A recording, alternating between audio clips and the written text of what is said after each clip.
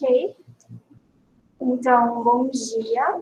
Estamos aí dando sequência a mais um encontro científico. E hoje vou estar refletindo, discutindo um tema que eu tenho muito carinho, cujo título é Corporeidade e o processo de reabilitação, a busca de novos sentidos. Então, me apresentando, eu sou Raquel Guzela de Camargo, sou psicóloga, faço residência em reabilitação das anomalias crâniofaciais no CEAPAC, do Hospital Universitário do Oeste do Paraná. E, antes de dar continuidade, eu gostaria de situar, né, esse trabalho, essa reflexão que vai ser proposta hoje.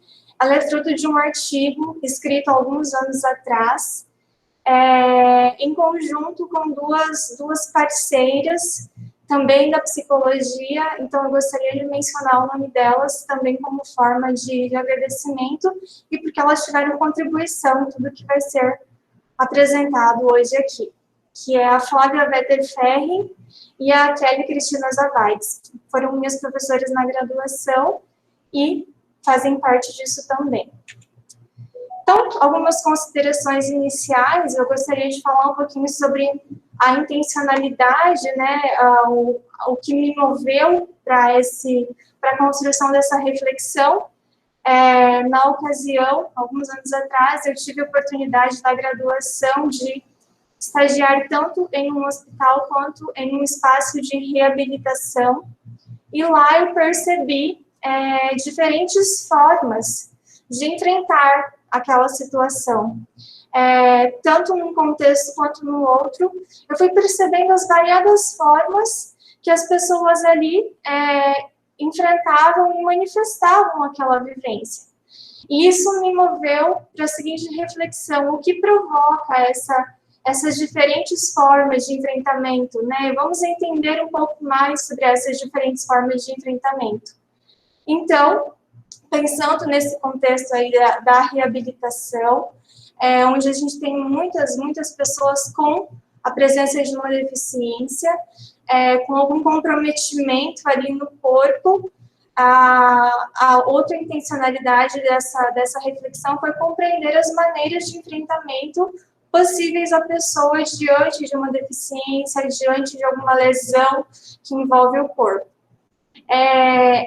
Essa apresentação, esse artigo, ele foi construído dentro de uma perspectiva da fenomenologia existencial, e dentro disso ele compreende a pessoa como um ser livre e transcendente. Então, a fenomenologia existencial, ela traz isso na base dela, né, do ser humano como um ser livre, e que a partir dessa liberdade ele transcende, a partir das suas escolhas. Então, embora eu vou trazer um pouco desse olhar da fenomenologia, essa reflexão de hoje, ela não se prende somente à fenomenologia.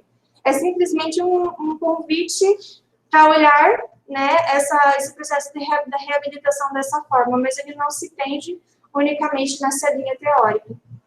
E trouxe aí dois conceitos que também são base aí da fenomenologia existencial, que é a liberdade e responsabilidade. São a base da fenomenologia existencial e também são base para entender a reflexão que eu trago hoje aqui, né? O ser humano como um ser livre, né? A liberdade, ela é dada, ela é posta ao sujeito, e todos somos responsáveis por todas as escolhas e o que vamos fazer com essa liberdade. Então, feitas essas considerações iniciais, trago aqui Maurice Merleau-Ponty, que é um filósofo que trabalha muito sobre essa questão da corporeidade dentro da fenomenologia. E aí vamos situar de que corporeidade que eu estou falando. Então, essa relação da pessoa com o seu corpo. E o Merleau-Ponty traz, né, essa corporeidade enquanto a relação do corpo com o mundo. Corpo esse que pertence a um sujeito, pertence a uma pessoa, faz parte daquela pessoa e que tem uma relação com o mundo. Então, o corpo como um instrumento relacional com o mundo. E o corpo, ele é esse objeto de relação e de comunicação da pessoa, tanto com o mundo, com os objetos, com os outros corpos, mas também esse corpo é um objeto de relação e de comunicação da pessoa com ela mesma. E é através do corpo que a pessoa ela está colocada no mundo, é através do corpo que a pessoa existe, que ela vive as experiências, que ela sente o mundo, que ela percebe o mundo, que ela percebe os outros corpos, e que ela transita por esse mundo. Por isso que o corpo também é considerado como um veículo de ser no mundo, justamente por essa possibilidade de transitar por esse mundo através desse corpo. E vivendo todas as experiências que são presenteadas, que estão presentes nesse mundo, na relação com as outras pessoas, vivendo e sentindo isso no próprio corpo, é possibilitado ao sujeito uma experiência perceptiva, né? Eu percebo o mundo e é através dessas vivências que eu vou me percebendo, que eu percebo que eu sou um corpo no mundo. Então, é através de, enquanto eu estou vivendo, eu me percebo enquanto um corpo no mundo. Diante de todas as experiências da vida, né, o corpo ele vai fazendo ele vai trazendo consigo e agregando em si, internalizando em si várias significações vividas. Então, o corpo ele é um conjunto de significações vividas. O corpo ele é um conjunto de todas as vivências, de todas as experiências daquela pessoa. E isso vai possibilitando que a pessoa se perceba, né, e vai ressignificando a sua existência. E a cada nova percepção, a cada olhar novo que eu tenho sobre mim, sobre o meu corpo, eu vou enriquecendo esse meu corpo. E a fenomenologia traz esse nome de corpo próprio, que é justamente esse corpo que pertence à pessoa e que carrega toda a história dela. Então, a cada nova percepção, a cada nova vivência, eu enriqueço essa relação e esse olhar que eu tenho sobre o meu próprio corpo. E também eu vou enriquecendo a minha essência sensorial. Então, tudo que eu vou sentindo no meu corpo, a cada nova experiência, eu também vou tendo uma nova percepção, eu vou tendo uma possibilidade de ressignificar isso. E Tim e Boehmer, eles trazem uma citação que complementa muito disso que vai estar sendo falado e que eu gosto muito, né? Que eles trazem que o corpo é o nosso meio de ter o mundo, e é por ele que há relação com os outros, com as coisas, com o próprio mundo, através dessa experiência do próprio corpo. Então, o corpo é aquilo que se vê no mundo, aquilo que se sente, aquilo que se é. Aquilo que toca e que é tocado, que é vidente, que é visível, que é sensível a si mesmo. O corpo é tudo isso, então, né? Ele é toda essa possibilidade de troca, é um corpo que ele provoca mudanças no meio exterior, mas que também o meio exterior provoca mudanças nele. É um corpo que se percebe, que sente, que é sensível a si mesmo. É um corpo que é percebido pelos outros corpos, pelos outros olhares, mas que também percebe esse mundo. E Merleau-Ponty traz que todas as experiências que um sujeito vive possibilita ele perceber e sentir o seu corpo. E, dentro dessas experiências, é possibilitada à pessoa a experiência de reaprender a sentir o seu próprio corpo. Então, diante, por exemplo, de um acometimento físico, de um comprometimento orgânico, diante de uma deficiência, seja ela congênita, seja ela adquirida, diante de qualquer facticidade que atravesse a vivência daquele corpo, é possibilitada a experiência de reaprender a sentir aquele próprio corpo, reencontrando ali um outro saber, um outro conhecimento, uma outra consciência sobre ele no mundo.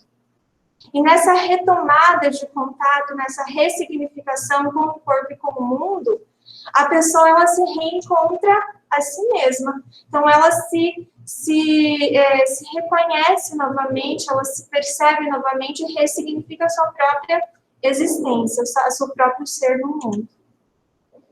E aí, diante de toda essa reflexão sobre corporeidade, né, relação com o corpo, fica o questionamento: e quando ocorre uma lesão corporal? seja no contexto onde for.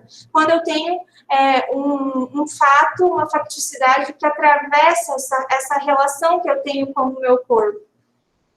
E aí, Tini Werner fala, né, que é essencial afirmar que, geralmente, essa lesão corporal, ela vem acompanhada de uma alteração da imagem e da vivência desse corpo.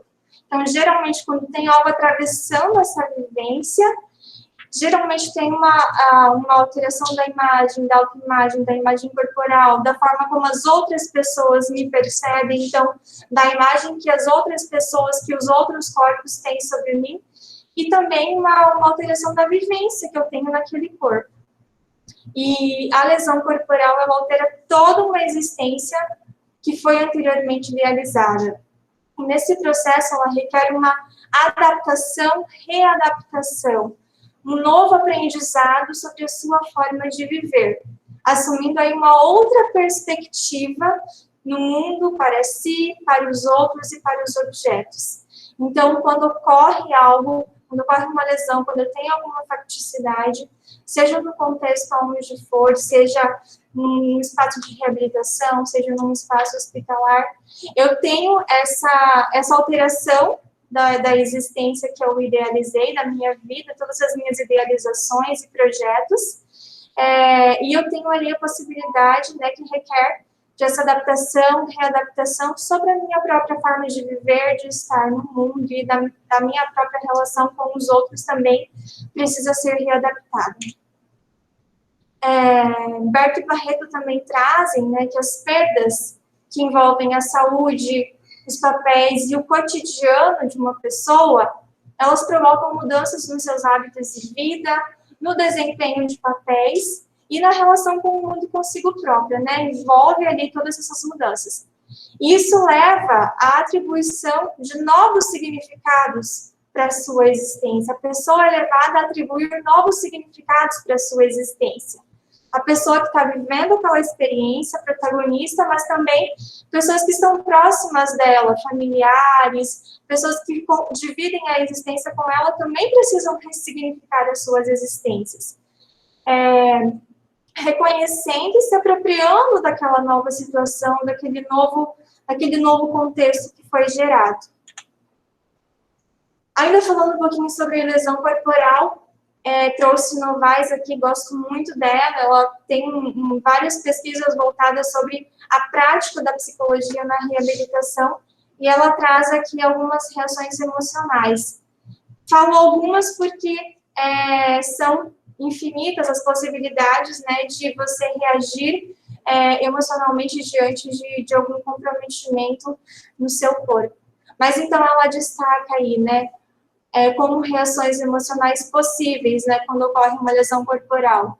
Negação, raiva, regressão, tristeza, retraimento, depressão, ansiedade, culpa, inferioridade, impotência e luto. E eu destaco aqui o luto. A Novaes também escreve bastante sobre isso, porque quando eu tenho algo que atravessa a minha existência, quando eu tenho uma lesão corporal, quando eu tenho um rompimento de algo, eu tenho um processo de luto sendo vivenciado também. Porque algo foi rompido, né? Tem toda essa significação em volta da perda, então o luto também se faz presente neste momento como reação emocional. Além disso, além daquelas reações emocionais, Teixeira, que é uma outra psicóloga que também trabalha sobre a reabilitação, ela também complementa como possíveis reações emocionais diante de uma lesão corporal. Ela coloca que a pessoa ela é convidada a buscar um outro significado para a sua existência, a partir das suas vivências e das suas expectativas. Então, eu busco um novo olhar, um novo sentido para a minha existência, a partir das minhas vivências, da minha história de vida, das minhas expectativas. Importante mencionar, ela também destaca que a personalidade, ela exerce influência na forma como a pessoa vivencia aquela experiência. Então, a personalidade, o modo de ser daquela pessoa, a forma como ela se relaciona consigo mesmo e com o mundo, as experiências prévias, a história de vida, vai ter uma influência na forma como ela vai vivenciar e significar aquele fato ali. E aí é que eu faço um link, faço uma conexão com o que o Pedro apresentou na semana passada, quando ele falou sobre a dor, né, a dor subjetiva, e me marcou muito, quando ele falou sobre o significado, né, o significado que a pessoa também dá para a sua dor, a forma como a pessoa vivencia a sua dor. Aqui também, né, diante de uma lesão corporal, essa questão da forma como cada pessoa significa aquela experiência e a forma como a pessoa reage àquela experiência também vai ser muito particular e vai estar muito atrelado à sua personalidade, ao seu modo de ser. E nesse contexto de ressignificar, a pessoa é convidada a um movimento de se reorganizar pessoalmente, de se reorganizar internamente nesse processo de atribuir um novo sentido. Teixeira coloca uma questão também que eu considero muito importante nesse processo, que né, nesse processo de ressignificar a sua existência, ela traz muito essa responsabilidade daquela vivência para a pessoa. A pessoa é a protagonista, e é muito particular, é muito da pessoa, da vivência dela, a forma como tudo vai transcorrer. E aí a Teixeira coloca que é importante que a pessoa desenvolva a consciência de que, a despeito de ela estar inclusa em uma sociedade, de ela ter possibilidade de se envolver com essa sociedade, ela é responsável pela relação que estabelece consigo própria e com o mundo. Então, essa questão da responsabilidade, desse olhar e da postura da pessoa diante da situação, ele é muito importante. Então, ela pode estar inclusa numa sociedade, mas ela se sente inclusa nessa sociedade, como que ela percebe isso? Então, essa via de olhar o que a pessoa significa também, ele é muito importante. E também diante, né, contribuindo ali diante dessa questão de ressignificar e da liberdade, da responsabilidade da pessoa sobre aquela situação e a sua forma de reagir, Cox tem disserta em um dos livros dele sobre o existencialismo. Ele faz uma relação ali entre liberdade e deficiência. Liberdade, olhando ali pela ótica, né, do existencialismo, liberdade que é algo que está posto a todos os seres humanos, e ele coloca que a pessoa com deficiência não está isenta de sua liberdade. E o existencialismo considera que nós nunca estamos isentos da nossa liberdade. Com a pessoa com deficiência também ocorre isso, né? Por mais alto que seja o seu grau de dependência, de comprometimento, a liberdade está ali, essa liberdade existencial está ali colocada para ela. A pessoa ela é livre para escolher o significado da sua própria deficiência, da sua própria existência, da sua própria situação. E ela é a responsável pela reação que vai ter diante daquela diversidade, diante daquela facticidade. Considero importante aqui a gente refletir um pouquinho sobre os aspectos envolvidos, então, na reabilitação, já que estamos falando sobre esse contexto também. Então, essa questão da vivência de viver um corpo com algum comprometimento. Então, que aspectos que são importantes de ser considerados? Então, é importante refletir e considerar que as implicações, elas vão além da esfera orgânica, e refletindo nos aspectos emocionais, sociais, funcionais, espirituais aí do indivíduo. Então, não é unicamente aquele comprometimento orgânico, né? Os reflexos, eles são mais amplos. Tem uma alteração da imagem corporal, consequentemente da vivência que eu tenho com aquele meu corpo, e isso reflete, né, em autoimagem, autoestima, relação com as outras pessoas, com os outros corpos. A forma como os outros corpos me percebem também.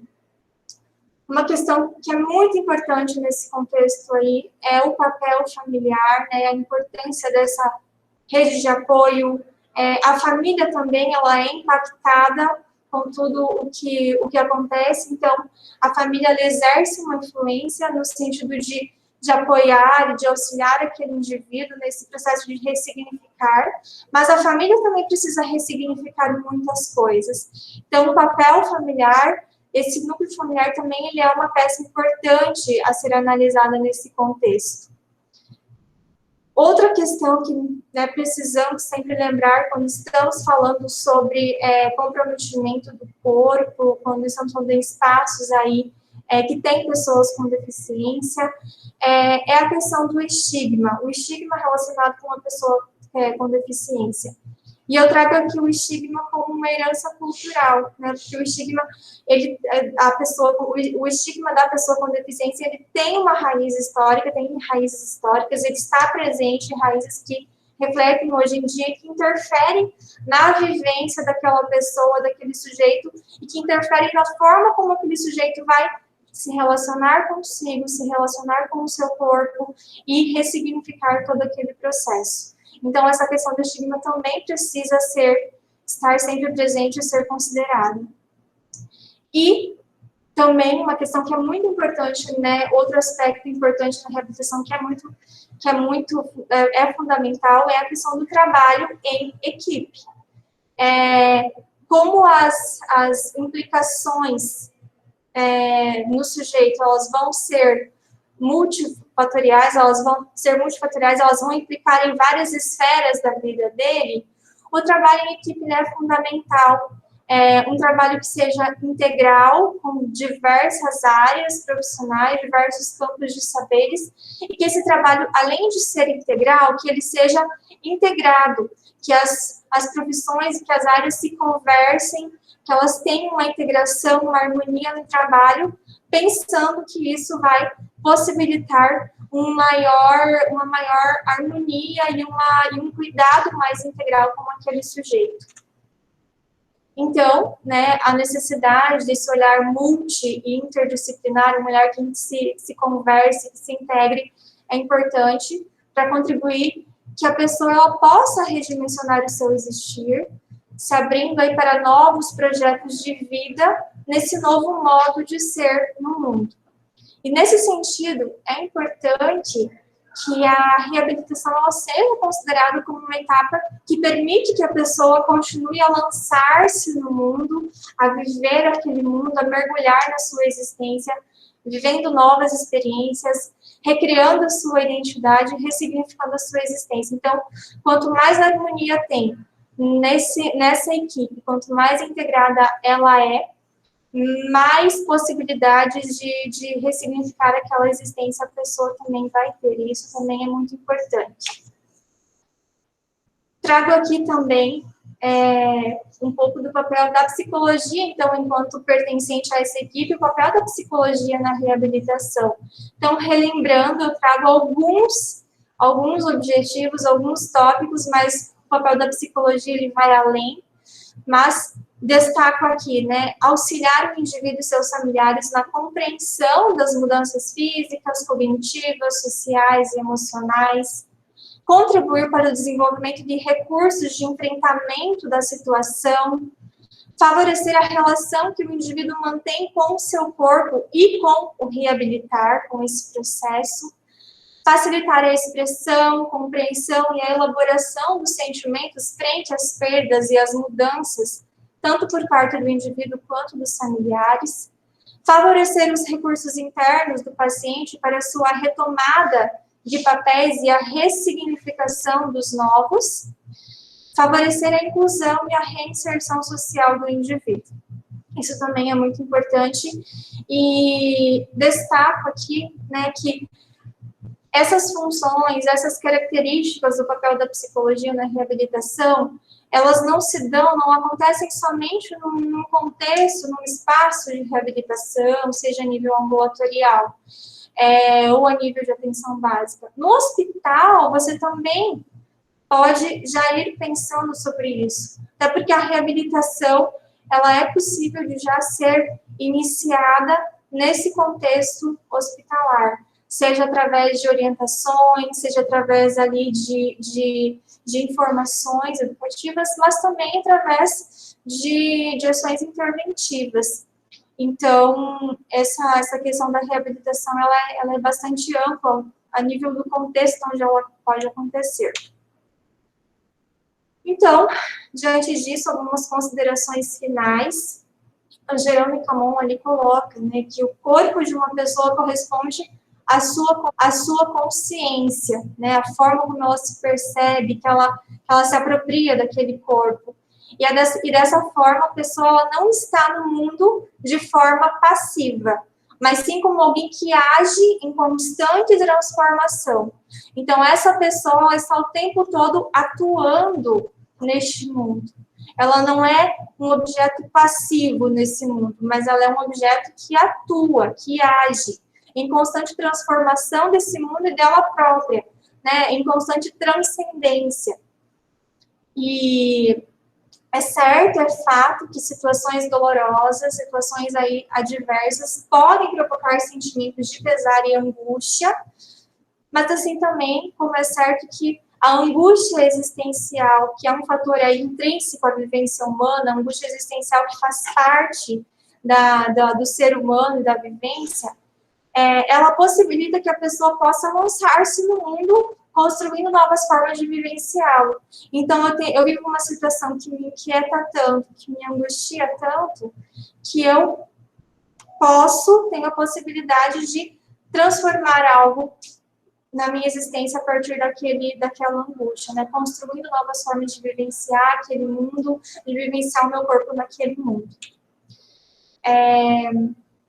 Outras considerações finais que precisamos considerar aí, refletir, é que o comprometimento do corpo, ele pode frustrar o desejo de realizar as atividades cotidianas e projetos de vida.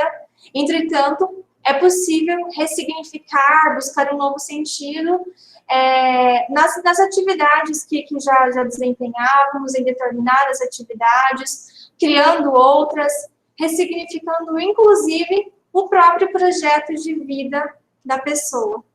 E é essencial nesse processo que a própria pessoa se reabilite, né? Além de ela ser reabilitada por outrem, por uma equipe, por outras pessoas, que ela mergulhe, que ela internalize aquele processo reabilitador, a fim de que ela possa reconhecer e se apropriar da nova situação. Ok. Então, achei que tinha mais um slide, mas então finalizo dessa forma, com essa reflexão, a minha apresentação, refletindo aí sobre essa questão da responsabilidade que a pessoa tem e que o existencialismo traz sobre a própria existência e na condição aí de uma lesão corporal, de algum comprometimento, de algo que atravessa a minha relação com o corpo, também eu continuo a ter uma relação com o meu corpo. O sujeito que está no hospital, que está no centro de reabilitação, ele continua a ter uma relação com o corpo dele. O corpo dele continua a ser observado, a ser sensível. É um corpo que continua a impactar na sua existência. E ele continua a ressignificar esse corpo, independente da situação. Então, dessa forma, eu finalizo minha apresentação. Aqui estão algumas referências utilizadas. E muito obrigada.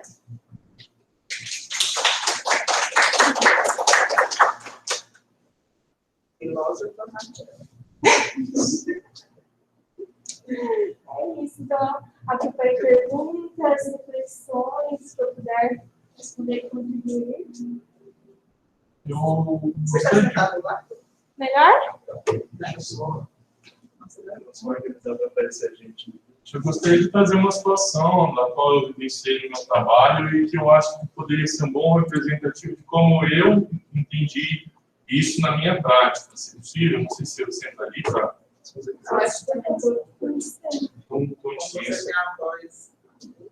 Eu posso voltar no teu slide? Pode. Bem nas considerações finais ali. Pode. Opa!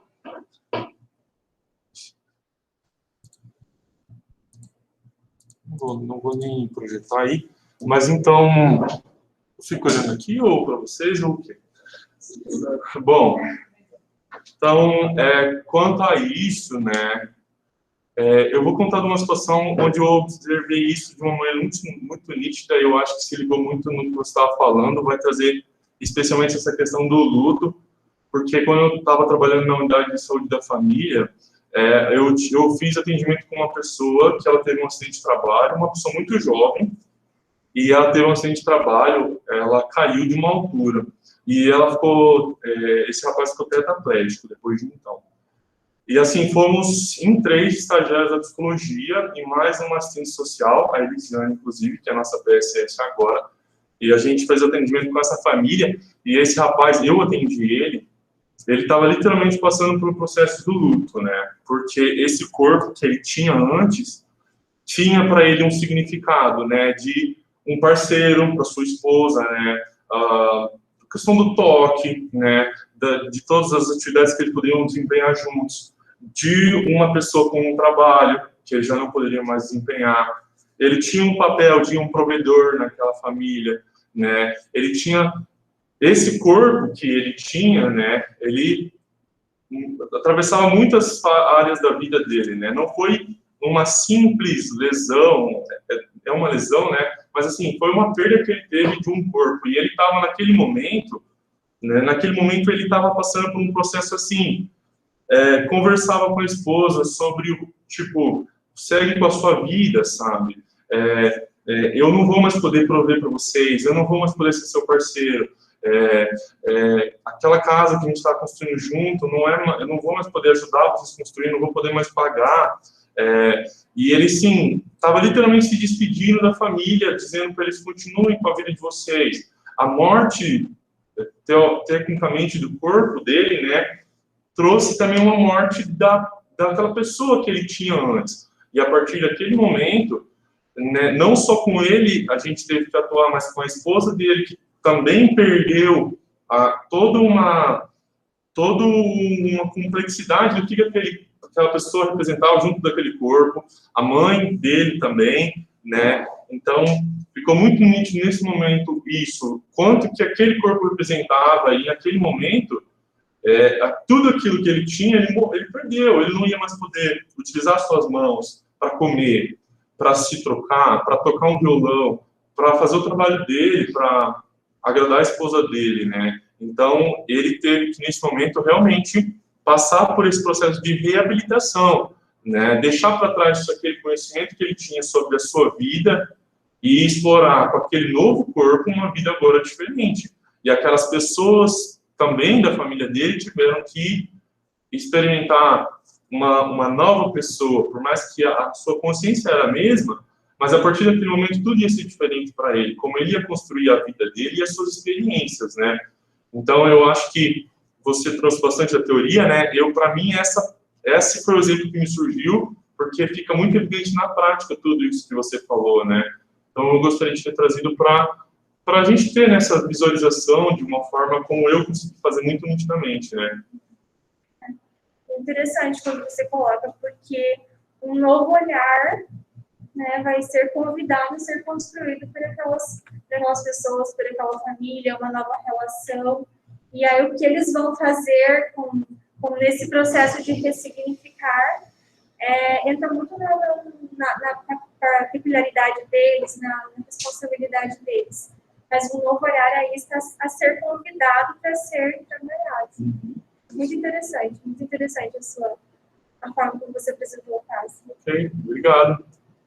Eu acho que o Lucas traz um conceito que é importante, né, em relação ao corpo. Eu acho que a Raquel pode falar melhor que eu, né, que é em relação ao corpo que eu sou, né, que era isso que eu estava colocando, né, aquele corpo, né, que trabalha, aquele corpo, sei lá, tem atividade física, né, aquele corpo que eu tenho, né, e aquele corpo que é o corpo que é do outro, né, que é o que significa o meu corpo para o outro, né, em relação às minhas relações.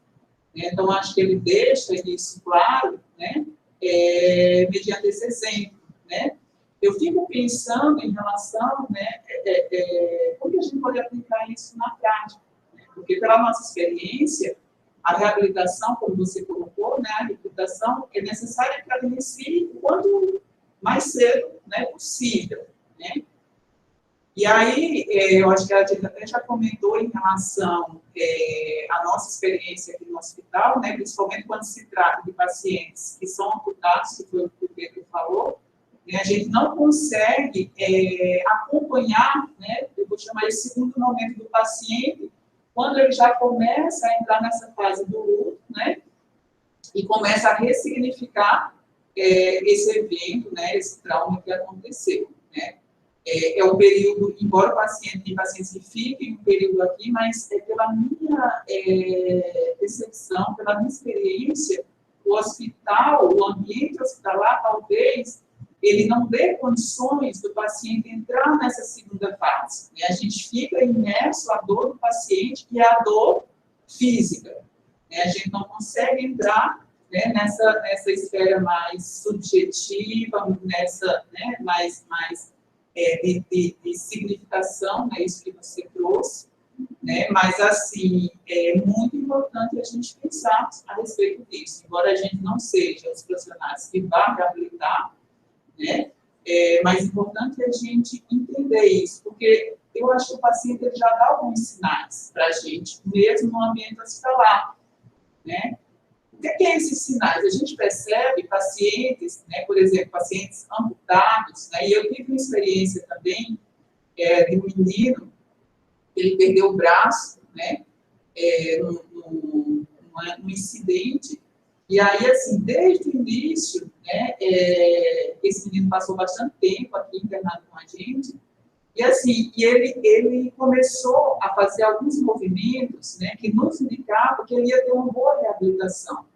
Ele começou a pensar formas, né, dele conseguir fazer algumas coisas, né, sem precisar tanto da ajuda, sem ficar tão dependente. Né? Então, desde o início, ele ia no banheiro sozinho, ele tentava comer só com uma única mão, né, porque ela estava perdendo o braço que ele usava para, né, fazer as coisas. E, assim, desde o início, ele nos deu esse sinal, né, que talvez a reabilitação dele e essa perda, né, ele ia conseguir fazer, né, uma boa transformação da vida dele. Ele não ia poder fazer muitas coisas que ele fazia antes, mas ele estava já vislumbrando o caminho, né, de como pensar nessa reabilitação. E aí, hoje, vendo a história desse menino, né, ele acabou, né, significando, né, esse evento traumático, né, ele se transformou num atleta paralímpico, né, e assim, e o interessante dessa trajetória é que nesse período que ele está internado no hospital, ele já deu indícios de que talvez, né, ele fosse evoluir para uma boa reabilitação e conseguir fazer essa transformação, mesmo num evento tão traumático, né? E talvez se não tivesse acontecido isso, ele não fosse ter essa liberdade de agir sobre o que você trouxe, né, essa questão da responsabilidade, da liberdade, né, do agir, né, que é próprio do ser humano, né? Talvez isso não tivesse nem acontecido, né? Então, por ser um evento traumático, né, não fez com que ele ficasse preso àquele evento, mas ele conseguiu transformar a vida dele, né, e isso a gente vê muito claro, né? Tem pacientes que a gente sabe que esse paciente vai trilhar por esse caminho da reabilitação e vai conseguir fazer essa transformação, que não é tão simples, né? Tem pacientes que vão ficar naquela dor e não vão conseguir sair do lugar. Então, e só mais para finalizar, a gente tem bastante dificuldade na área da psicologia em pensar em reabilitação. Os psicólogos, são poucos psicólogos que trabalham com reabilitação, né? Mesmo nos centros de reabilitação, quando a gente precisa fazer o encaminhamento para esse paciente, a gente não tem psicólogos que trabalham com reabilitação, né? A gente tem psicólogos que trabalham com terapia, né? E muitas vezes o paciente inicia essa reabilitação e acaba não indo mais, não achando, não se estimulando, não tem motivação para voltar na terapia. Então, acho que essa é uma falta que a gente tem, né? Eu falo isso pela nossa experiência, quando a gente precisa, seja encaminhar um paciente, né, que como ele iniciou aqui o acompanhamento, um paciente amputado, um paciente com TCE, com trauma grave, né, um paciente que teve AVC, né, que são pacientes que têm essas perdas, né, a gente tem muita dificuldade. Acho que é um campo que a gente precisa, né, ainda né, avançar e poder contribuir mais, né, dentro da nossa área.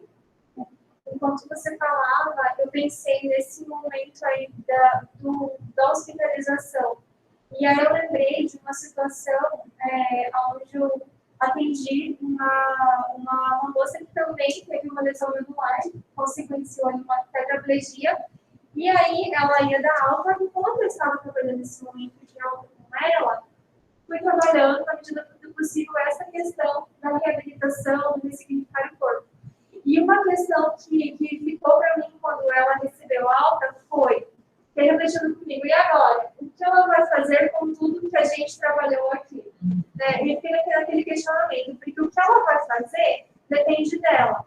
Mas a base, o que eu pude fazer ali no hospital para construir uma fundação e convidá-la a integrar aquilo na sua vida, eu fiz. Então eu vejo que no momento do hospital, o que a gente faz muito é isso, é esse preparo para que a partir daqui você voe sozinho, mergulhe sozinho na sua vida, sabendo que aqui você teve um momento para refletir sobre isso. E aí, eu pensei nisso. Eu também lembrei de um segundo texto, né, pensando principalmente no momento ali de alguma deficiência congênita, né, a gente tem muito ali no CEAPAC, quando eu recebo a notícia, né, de que o meu filho, aquele filho ideal, ele vai ser uma outra criança que vai vir.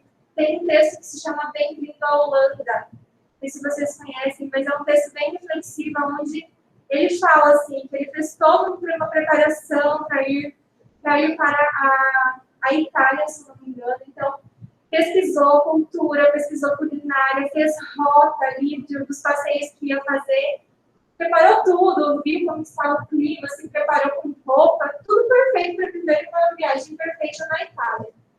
E quando embarca no avião, desembarca na Holanda. E aí tem aquele sentimento todo frustrado, e aí ela coloca assim, uma reflexão no final.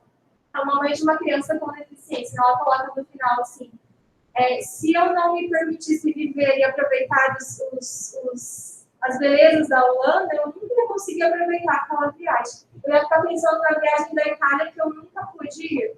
Então, eu vou ter que, já que eu estou na Holanda, eu vou aproveitar a Holanda e conhecer as belezas da Holanda. Então, essa reflexão, né, desse texto eu acho muito interessante para trabalhar aí com as famílias.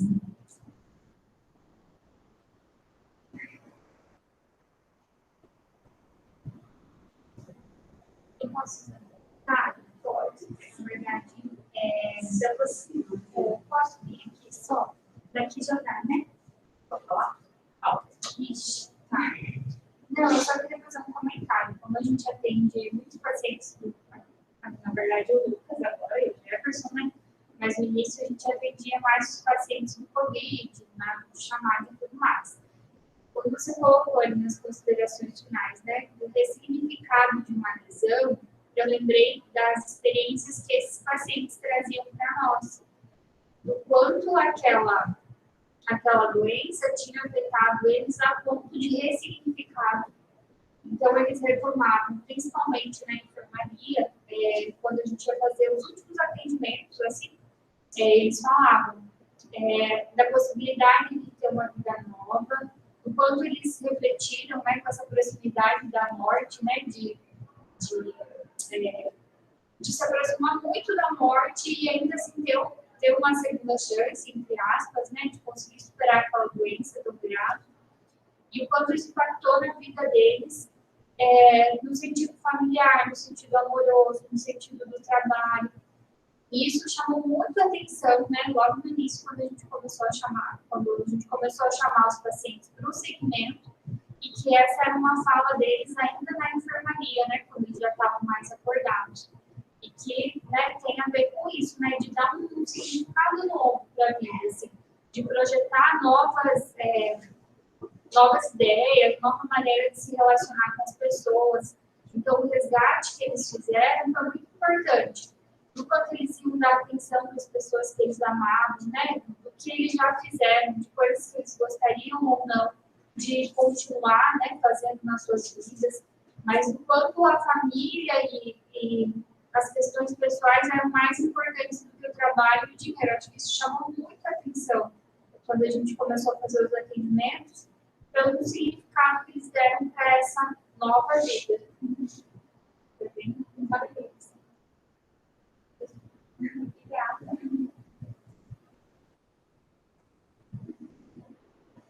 Temos 6 minutos. 3 minutos. Já percebi que está querendo existencial também.